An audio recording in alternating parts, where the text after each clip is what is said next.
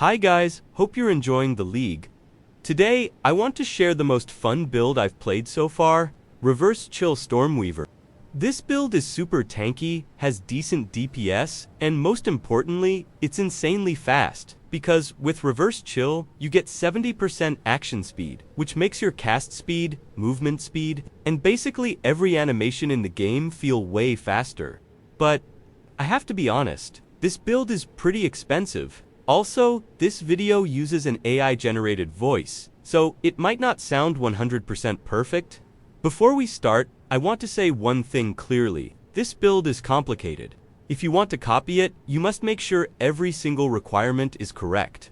In this video, I'll explain exactly what the build needs and why. Alright, let's break it down. First, Reverse Chill. There are two key items that make Reverse Chill work. These gloves and this body armor. The gloves make it so when we chill an enemy, that chill is reflected back to us, and the body armor reverses the effect of chill on us. So instead of slowing you down, chill makes you faster. The gloves are quite expensive, and they also require very specific modifiers. I'll explain the exact mods later in the gear section. For now, that's the basic idea. And why Stormweaver? I chose Stormweaver because Stormweaver can apply chill 2 times at once. That means we can reach 70% action speed, which is basically the fastest you can get compared to other classes. Now, let's talk about defense and damage. The body armor and gloves don't give you real defensive layers by themselves, so the best solution is to use mana as your defensive layer. My goal is to stack damage taken from mana before life to 100%, but without using the Mind over Matter node, because Mind over Matter has a really bad downside. You get 50% less mana regeneration. So for this build, mana plus life is your life bar. And I'll show you how we sustain mana so hard that it feels almost immortal. For damage, I use this helmet.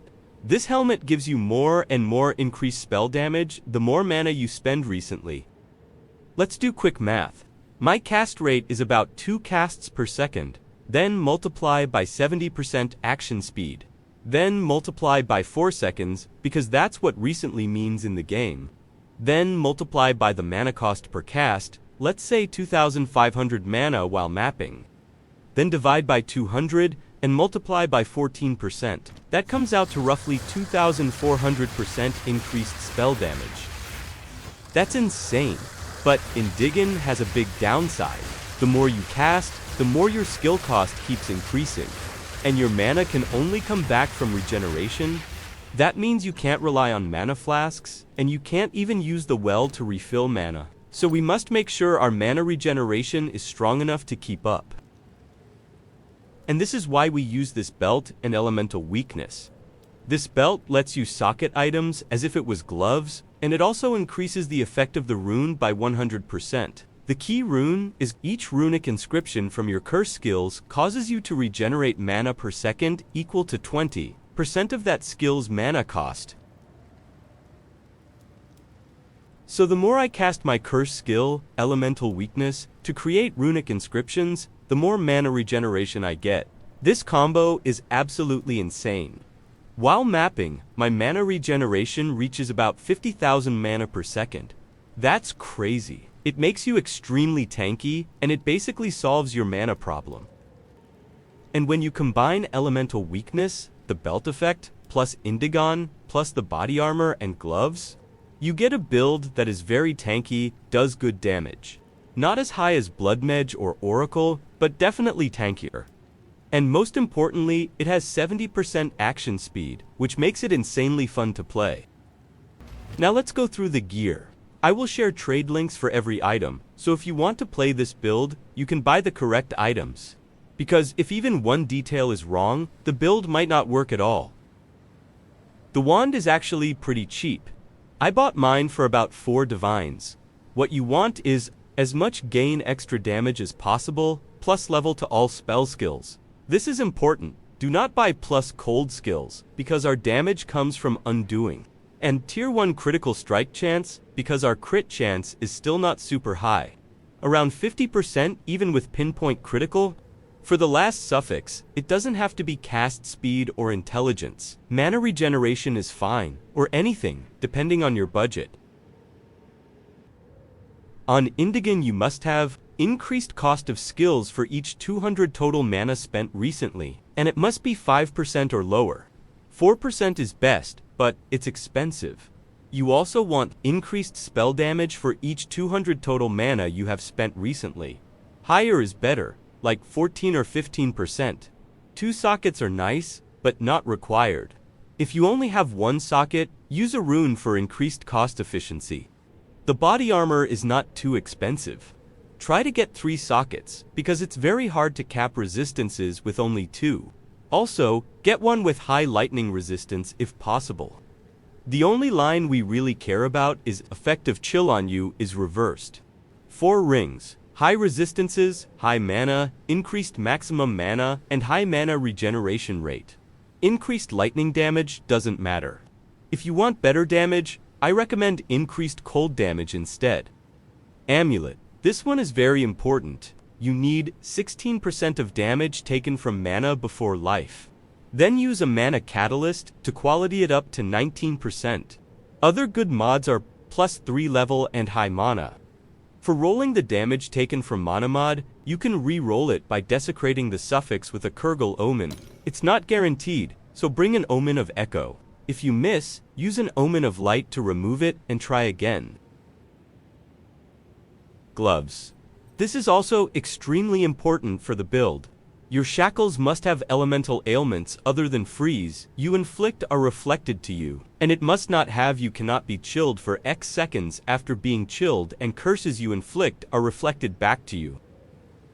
The red mod on mine, increased magnitude of shock, doesn't really matter, but the important part is, it must have the correct reflection mod, and must not have the forbidden mods. Otherwise, the build will not work. The belt must have socketed items as though it was gloves, and it must be 100% effect or higher. The important rune is the runic inscription rune. The second rune can be cast speed if your resistances are already capped. Boots get movement speed and either high energy shield or high mana. Because in this build, high energy shield equals high mana since we use Eldritch Battery. Scepter, you need at least 170 spirit if you use Diala's Desire. If you don't have Diala's, you need 180 spirit, but that's expensive. I strongly recommend Diala's Desire. Also, I recommend a scepter with purity of fire, ice, or lightning to help cap resistances. Other than that, just focus on high mana and mana regeneration. Mana flask doesn't matter, because we can't use it anyway due to the helmet. I recommend charms for freeze protection and stun protection. It makes mapping much smoother.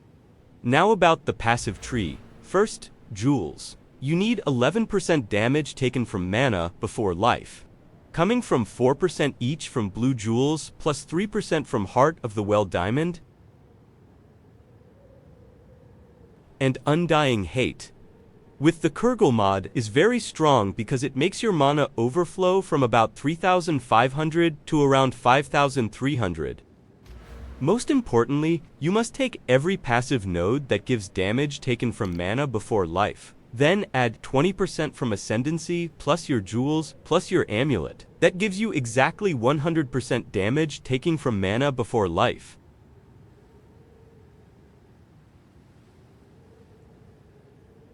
After that, you invest in mana regeneration, arcane surge effect, and critical strike.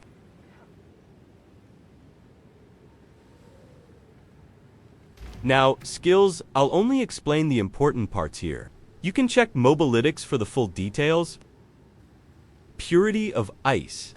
I get Purity of Ice for free from my scepter, and it gives a lot of cold resistance. And the support gems linked to it do not cost spirit, which feels like a bug. But for now, it's free, so we use it until they fix it. Sigil of Power? Nothing special. It's just for extra power during boss fights.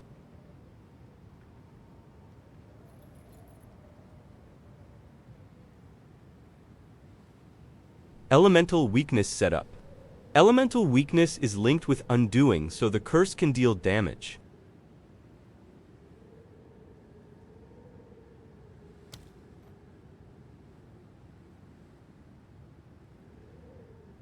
And embitter is extremely important, because our gloves can reflect, ignite, and shock back to us. Embitter converts our extra fire or lightning damage into cold damage and prevents us from killing ourselves with ignite or shock. The rest of the supports are set like this because I tested many setups, and this one feels best. Cast on Elemental Ailment. This is for mapping. We have a lot of cold damage, enemies freeze, and then it automatically casts Comet. And again, embitter is important here too.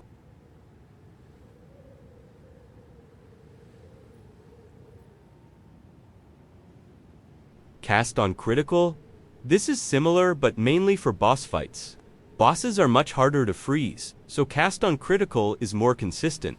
You can replace embitter with Elemental Focus for more damage, but I personally like freezing enemies with Comet more. Archmage boosts damage based on how much mana you have. More mana means more extra damage.